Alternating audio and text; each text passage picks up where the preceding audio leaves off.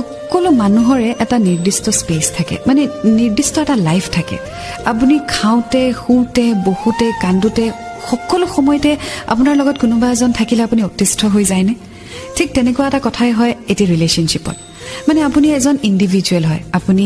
নিজৰ ষ্টাইলত নিজৰ ৱেট নিজাভাৱে ডাঙৰ হৈছে সো নিজৰো কিছুমান চইচেছ থাকে লাইকস থাকে ডিসলাইকস থাকে ভাল লগা কাম থাকে বেয়া লগা কাম থাকে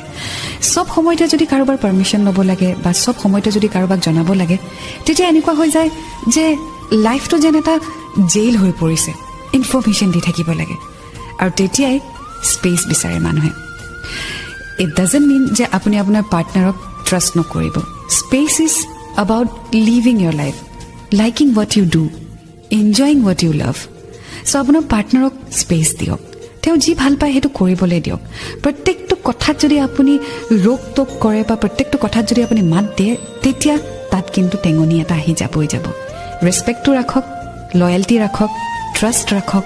ইটোৱে সিটোক বিশ্বাস কৰক আণ্ডাৰষ্টেণ্ডিং ৰাখক বাট স্পেচো দিব because you are an individual and you have your own life so please give space to your partner and